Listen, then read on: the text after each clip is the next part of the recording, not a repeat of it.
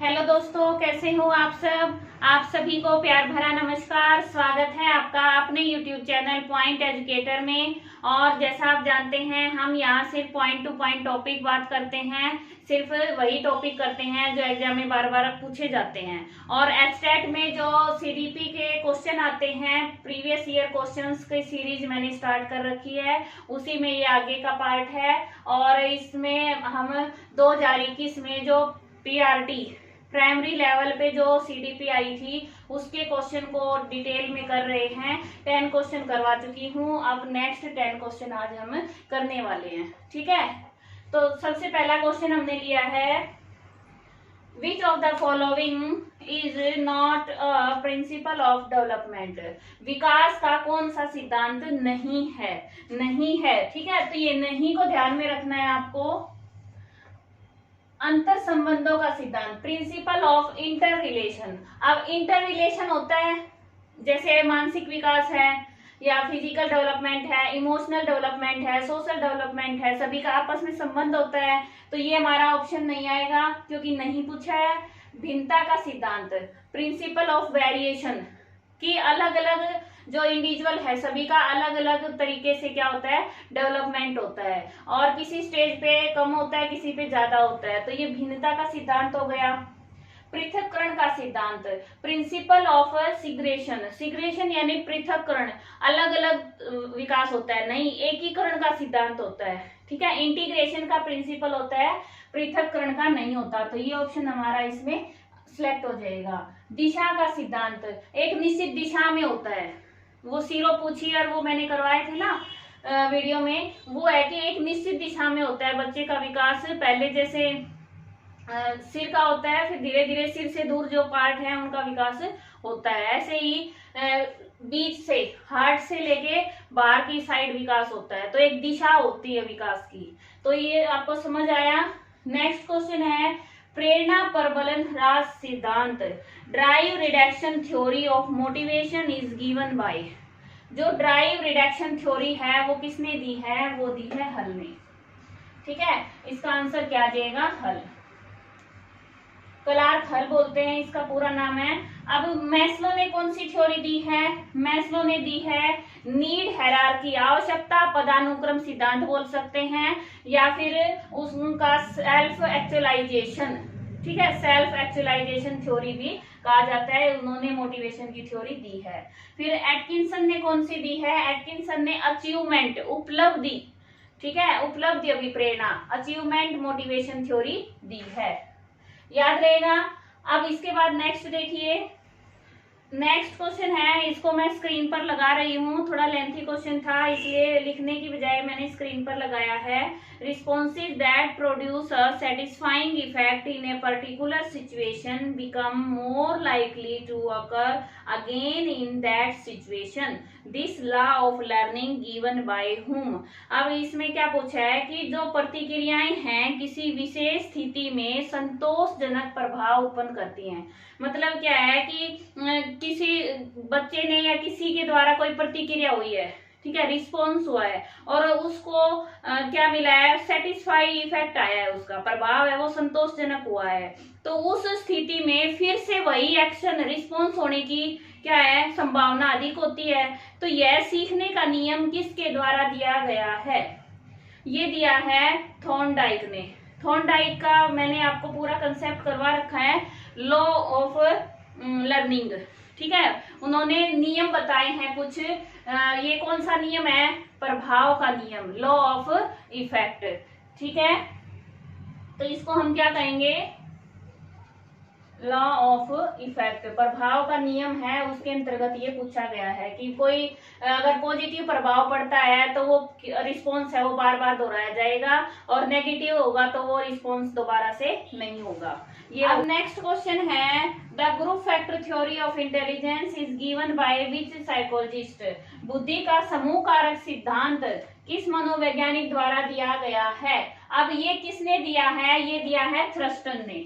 ठीक है, और थॉर्नडाइक ने कौन सा दिया है, उन्होंने दिया है बहुकारक, मल्टी फैक्टर थ्योरी, और स्पीयरमैन ने टू फैक्टर थ्योरी दी है। तो ये टू फैक्टर है, ये क्या है, ग्रुप फैक्टर है, ये मल्टी फैक्टर है। ये याद रखना, तीनों में कंफ्यूजन बहुत ज्यादा होता है। नेक्स्ट है बुद्धि का आर्मी अल्फा परीक्षण। आर्मी अल्फा टेस्ट है जो, ये इंटेलिजेंस का किस टाइप का टेस्ट है, ये किस टाइप का है, ये है वर्बल ग्रुप टेस्ट, शाब्दिक समूह परीक्षण। ठीक है, अब ये वर्बल है और साथ में समूह पर होता है, एक व्यक्ति पर नहीं होता। जब प्रथम विश्व युद्ध चल रहा था, वर्ल्ड वार फर्स्ट चल रहा था, तो यूएसए में जो आर्मी में थे उनके ऊपर ये यूज किया गया था, उनके लिए बनाया गया था। जो आर्मी के जो वो थे सोल्जर्स थे, उनको ये देखने के लिए कि भाई ये कितना समझते हैं, सिचुएशन को किस तरह से हैंडल करेंगे, इस तरह से उनके ऊपर ये टेस्ट अप्लाई हुआ था, आर्मी अल्फा परीक्षण। ठीक है, आर्मी अल्फा टेस्ट तो वर्बल है, शाब्दिक है और ग्रुप टेस्ट है। अब एक आता है army beta test. Army beta test, तो जो बीटा टेस्ट है वो भी ग्रुप टेस्ट है वैसे तो, लेकिन वो नॉन वर्बल है। याद रखना, अल्फा है ये वर्बल है, बीटा है वो नॉन वर्बल है। इलिटरेट जो पढ़े लिखे नहीं थे उनके ऊपर अप्लाई किया गया था, ये पढ़े लिखे लोगों के लिए था, ये अनपढ़ लोगों के लिए था। याद रहेगा। नेक्स्ट देखो, अब नेक्स्ट क्वेश्चन है, ये एरिक्सन की थ्योरी से है। अब एरिक्सन ने थ्योरी दी है, ये मोस्ट इंपोर्टेंट थ्योरी में से है, हर बार क्वेश्चन आता है लगभग। तो क्या बताया इन्होंने, इसमें पूछा है according to Erikson theory of psycho social development. तो उनकी थ्योरी का नाम क्या है, मनोसामाजिक विकास, psycho social development, which stage is related to the age 6 to 12। 6 to 12 year में कौन सी आती है स्टेज।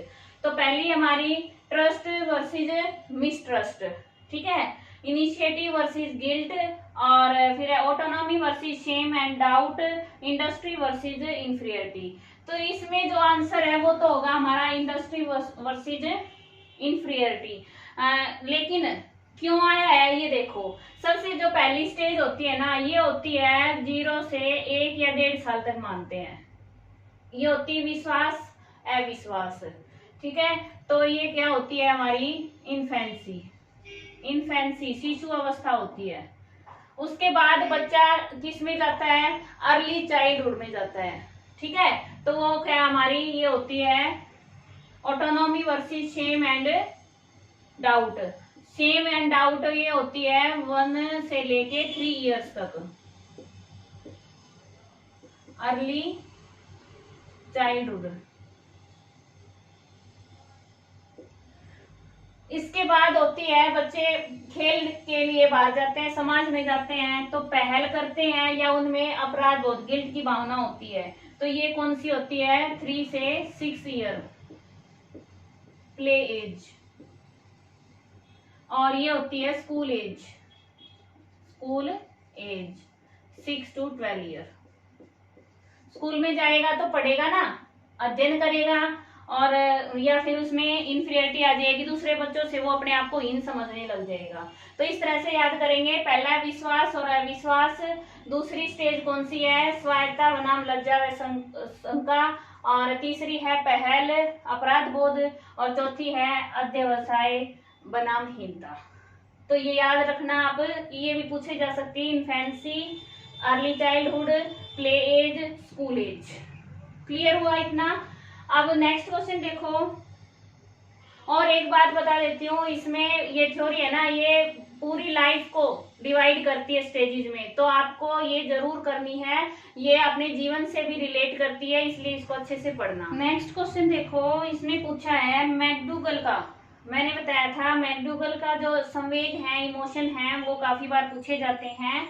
तो उन्होंने संवेग दिए हैं, कई जगह तो 14 बताते हैं, कई जगह 18 बताते हैं। ठीक है, ये मैं कंफर्म करके आपको बताऊंगी। लेकिन इसमें क्या है कि सबसे पहला है एस्केप फियर, पलायन भय, आकर्षण क्रोध, और क्यूरियोसिटी वंडर, जिज्ञासा आश्चर्य, शरणागति विषाद, अपील डिस्ट्रेस। तो इसमें ये देखो कौन सा सही नहीं है। ऐसे क्वेश्चन है ना, कई बार जो बेसिक नॉलेज होती है हमारी, जनरल नॉलेज होती है, उससे भी हो जाते हैं। कैसे, पलायन कब भागेगा, जब भय लगेगा। ठीक है, तो ये तो राइट है। फिर है आकर्षण, आकर्षण यानी रिपल्शन, रिपल्शन होता है विकर्षण, किसी के प्रति आकर्षण ना होना, लगाव ना होना। तो क्या वो क्रोध के कारण होता है? नहीं ना, तो ये ऑप्शन हमारा राइट हो जाएगा। ये किसके कारण होता है? डिसगस्ट, डिसगस्ट घृणा, घृणा के कारण होता है। हम की घृणा करते हैं तब हमारा आकर्षण होता है उसके साथ, ठीक है। फिर है जिज्ञासा, जिज्ञासा यानी क्यूरियोसिटी, ये क्या है? वंडर, वंडर आश्चर्यजनक बात कब होगी? तभी तो क्यूरियोसिटी होगी, जिज्ञासा होगी देखने की। शरणागति यानी विषाद, जब व्यक्ति विषाद में डिस्ट्रेस हो जाता है, बहुत ज्यादा विषादग्रस्त हो जाता है, तो वो क्या करता है? शरण में जाता है। तो ऐसे हम समझ के भी कर सकते हैं। और इसमें अगर क्रोध का पूछें, क्रोध का इंस्टिंक्ट, ये तो इंस्टिंक्ट है, ये इमोशन है। तो एंगर का क्या होता है? युयुत्सा, युयुत्सा होता है कलह की इच्छा, कलह की इच्छा। गुस्सा क्यों आता है? कलह की इच्छा के कारण, ठीक है, युयुत्सा। और इंग्लिश में इसको कहते हैं, इसको पुग्नेसिटी, ये याद रख लेना। युयुत्सा, युयुत्सा यानी क्रोध, इससे अटैच होगा ये, ठीक है। क्रोध आएगा तो कलह होगा। तो इस तरह से जोड़ के आप कर सकते हैं। नेक्स्ट है, निम्न में से कौन सा सहकारी अधिगम का तत्व नहीं है? कोऑपरेटिव लर्निंग, कोऑपरेटिव लर्निंग में कौन सा एलिमेंट नहीं है, ये पूछा है। अब कोऑपरेटिव लर्निंग में 5 एलिमेंट होते हैं, बेसिक 5 एलिमेंट होते हैं। उसमें जो बड़ा ग्रुप है, ठीक, लार्ज ग्रुप है, ये इसका एलिमेंट नहीं है। जरूरी नहीं होता कि बड़ा ग्रुप है उसी को कोऑपरेटिव लर्निंग से पढ़ाया जाए, सिखाया जाए, ठीक है। तो ये इसका आंसर हो जाएगा। बाकी 3 है, ये इसके एलिमेंट है। कौन कौन से? विद्यार्थियों की अंतःक्रिया, स्टूडेंट्स की इंटरेक्शन आपस में, फिर है इंटरडिपेंडेंसी, एक दूसरे पर आश्रित रहना, ठीक है, कुछ उससे सीखा कुछ उससे सीखा, आपस में एक दूसरे के ऊपर आश्रित है वो। फिर है individual and group responsibility, responsibility बोल दो या फिर अकाउंटेबिलिटी बोल दो। ये 3 हो गए, 2 और है, 2 कौन से हैं देखो?